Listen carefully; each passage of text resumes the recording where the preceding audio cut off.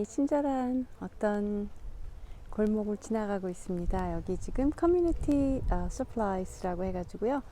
그 동네에 필요한 혹시 배고픈 사람들이 있으면 이렇게 가져가라고 과일도 놓고 또 이렇게 음식들을 조금 놨네요. 스파게티도 있고 마카로니도 있고요. 그래서 티도 있습니다. 그리고 약간 로션 같은 것도 이렇게 놨고요. 그래서 여기 이렇게 필요하면 여기다 주고 또 가져갈 수도 있고 또 나눌 수도 있는 그런 곳이고요. 지금 또 이 팬데믹을 맞아서 이게 힘든 이웃을 위해서 여기 이렇게 공짜로 가져가는 것들을 이렇게 놨습니다. 저도 집에 가서 좀 가져다 놔야겠어요. 저는 이런 것을 볼 때 우리가 많이 인간성을 잃어간다고 하지만 아직은 정말 희망이 있고 또 세상은 살만하다 이런 생각이 듭니다. 사려 깊은 수다. 여성은 이야기를 통해 어떻게 성장하는가? 일부 지혜의 원 여성의 영성 1장 여성은 어떻게 성장하는가? 나는 여신을 찾았다. 바로 내 안에서. 미리암 지몰 브래들리. 삶이란 인간에게 단 한 번 주어진 축복이며 동시에 누구도 대신해 줄 수 없는 자신만의 고유한 과업입니다. 그렇다면 과연 여성으로서 어떻게 사는 것이 잘 사는 삶이고 성숙한 삶일까요? 누구나 한 번쯤은 이런 고민에 빠지거나 이런저런 책을 뒤져본 경험이 있을 것입니다. 인간학, 종교 심리학, 정치, 사회, 경제학 등 여러 영역을 두루 통합하여 삶의 의미를 담아내는 포괄적인 개념이 있다면 과연 무엇일까요? 나는 그것이 바로 영성이라고 말하고 싶습니다. 그런데 오늘날 영성이 인기 있는 단어가 되면서 사람들이 저마다의 개념과 이해를 가지고 영성을 이야기하고 있는 듯 합니다. 영성에 관해 대화를 나누다 보면 각자 참 다른 이야기를 하고 있다는 느낌이 들 때가 있습니다. 영성은 본래 기독교에서 금욕을 통해 덕을 쌓는 소수의 수도자들과 관계된 개념이었습니다. 그러다가 이후 인간의 폭넓은 삶과 경험을 다루는 독립적인 학문으로 발전했습니다. 특히 미국에서는 샌드라 슈나이더스를 위시한 여성주의 신학자들이 영성학을 이끌었기 때문에 여성주의 영성 혹은 여성 영성에 관한 연구가 주류를 이룹니다. 이들의 관심은 기독교 교리나 기독교적 경험으로 인정되는 것들이 대부분 남성 중심적이라는 사실을 밝히고 가려져 있던 여성의 삶을 복원하는 것입니다.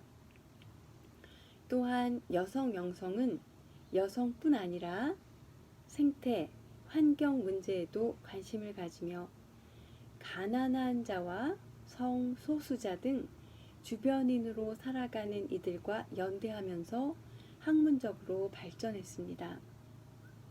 이런 맥락에서 여성 영성은 여성의 총체적 삶의 체험들을 들여다보고 그 의미를 찾는 데 중점을 둡니다.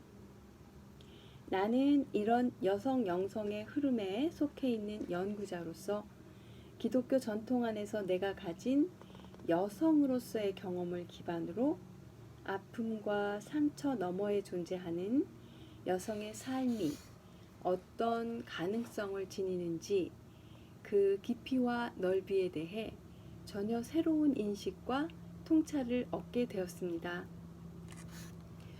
내가 이해하는 영성은 삶의 예술입니다. 인간은 누구나 자기에게 주어진 고유한 시 공간 안에서 자기만의 삶을 살아갑니다. 내가 이해하는 성인, 거룩한 사람이란 그 삶이라는 조건만으로 멋진 예술을 창조해낸 사람입니다. 삶을 독특한 예술로 만들어 가기 위해서는 자신의 고유한 체험을 잘 해석하고 거기서 의미를 찾아내는 과정이 필요한데, 영성이란 바로 그 과정을 다루는 일이라 할 수 있습니다. 욕구를 인식하기. 여성 영성은 특별히 내면의 경험을 관찰하고 성찰하는 작업을 기초로 합니다. 그 중에서 욕구를 인식하는 것은 매우 중요합니다. 하지만 사회에서 늘 타인 중심의 삶을 살도록 강요받는 여성들에게 자기 욕구를 발견하기란 결코 쉽지 않은 도전입니다. 그래서 여성 영성을 연구하는 이들은 삶에서 일어나는 욕구가 중요한 영적 성장의 계기가 될 수 있다고 주장합니다. 일반적으로 욕구라는 말은 굉장히 이기적인 개념으로 들리며, 어떤 종교에서는 욕구를 성적 욕구로만 제한해서 이해하기도 합니다.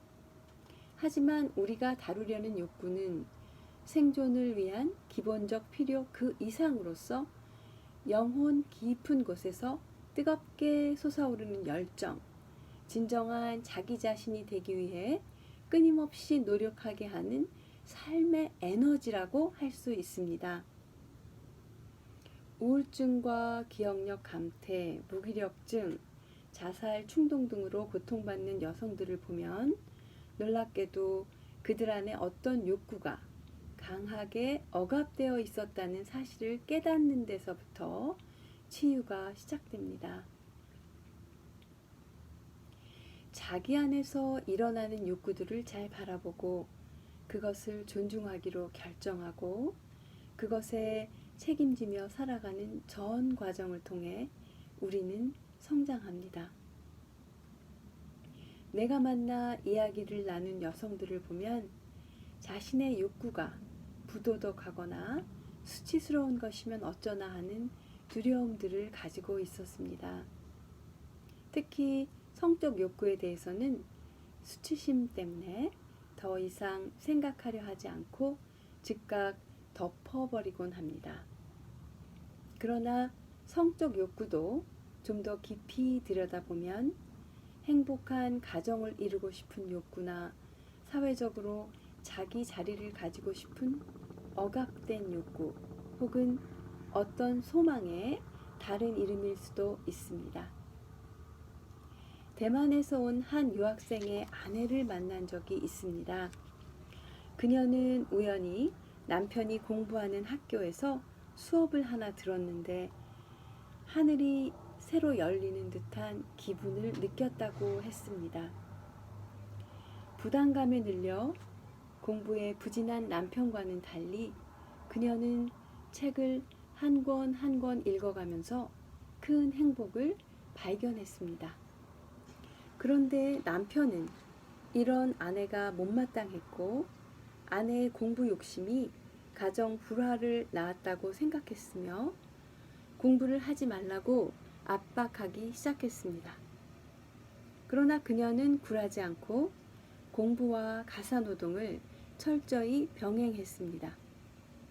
결국 남편은 공부를 포기하고 대만으로 돌아갔습니다. 남편과 결별한 그녀는 그곳에서 홀로 일하고 자녀를 키우며 공부를 계속하기로 결정했습니다. 경제적으로 무척 어려웠지만 꿋꿋하게 수년간 견디며 자신이 누구인지, 어떤 가치를 지닌 존재인지를 충분히 숙고한 후 대만으로 돌아갔습니다. 그녀는 학문적 성취를 이루지도 않았고 세상이 말하는 성공을 한 것도 아니지만 자신과 자신의 삶에 대해서는 충분한 식견을 가지고 돌아갔다고 나는 믿습니다.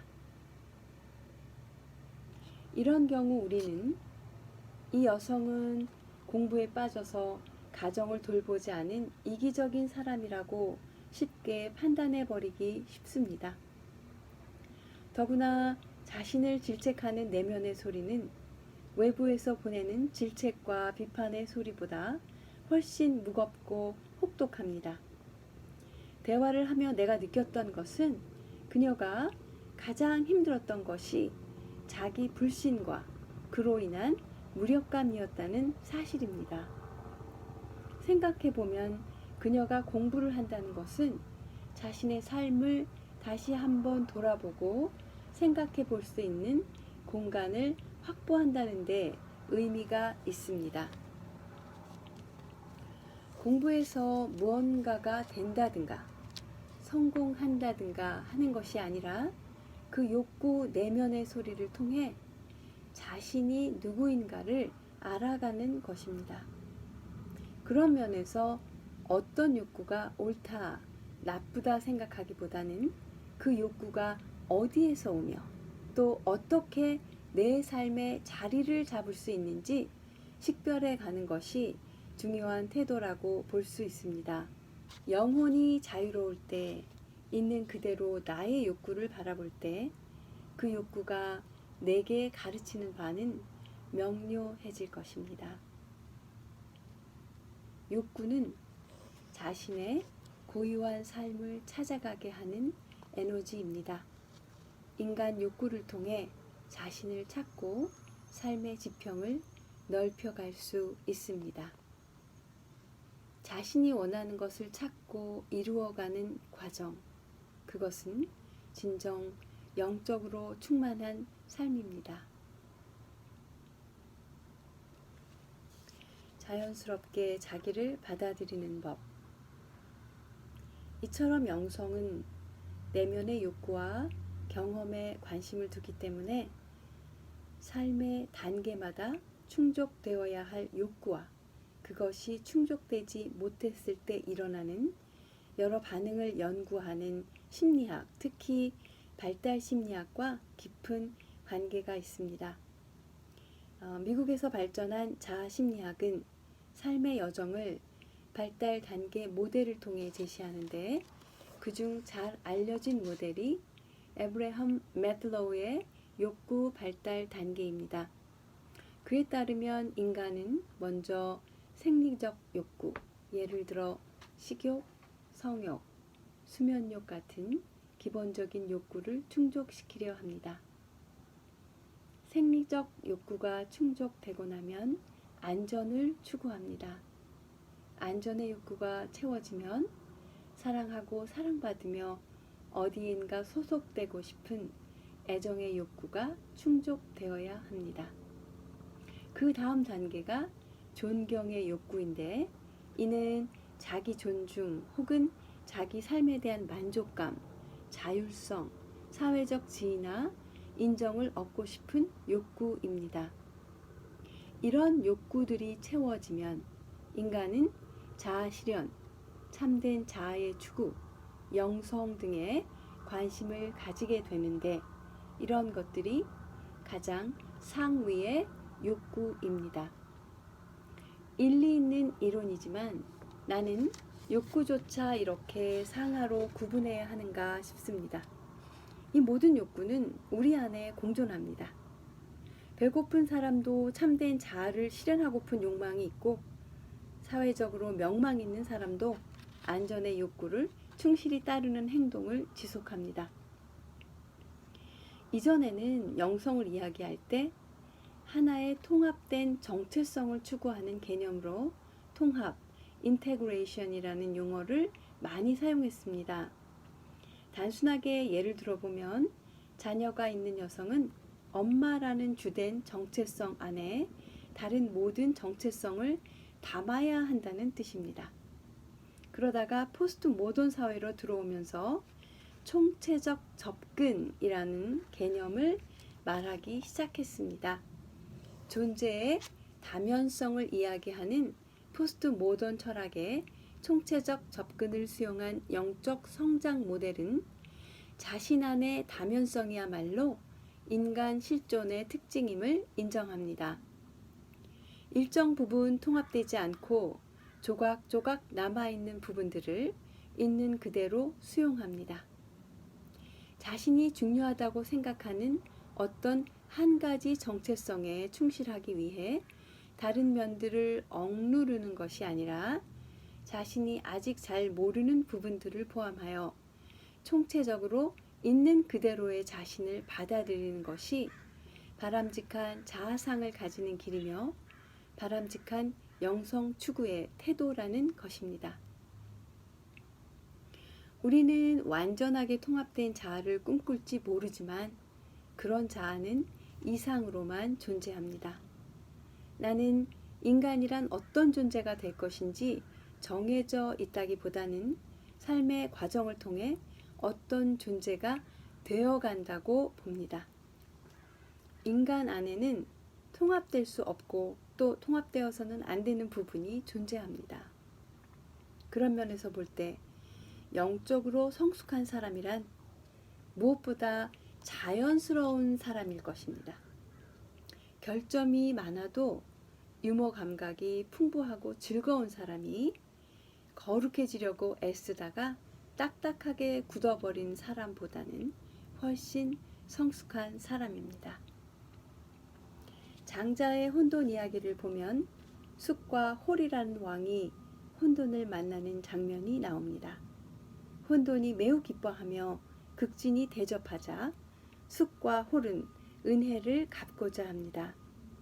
그런데 그들이 보니 다른 사람들은 눈과 코와 입과 귀 모두 7개의 구멍으로 숨을 쉬는데 혼돈에게는 구멍이 하나도 없었습니다.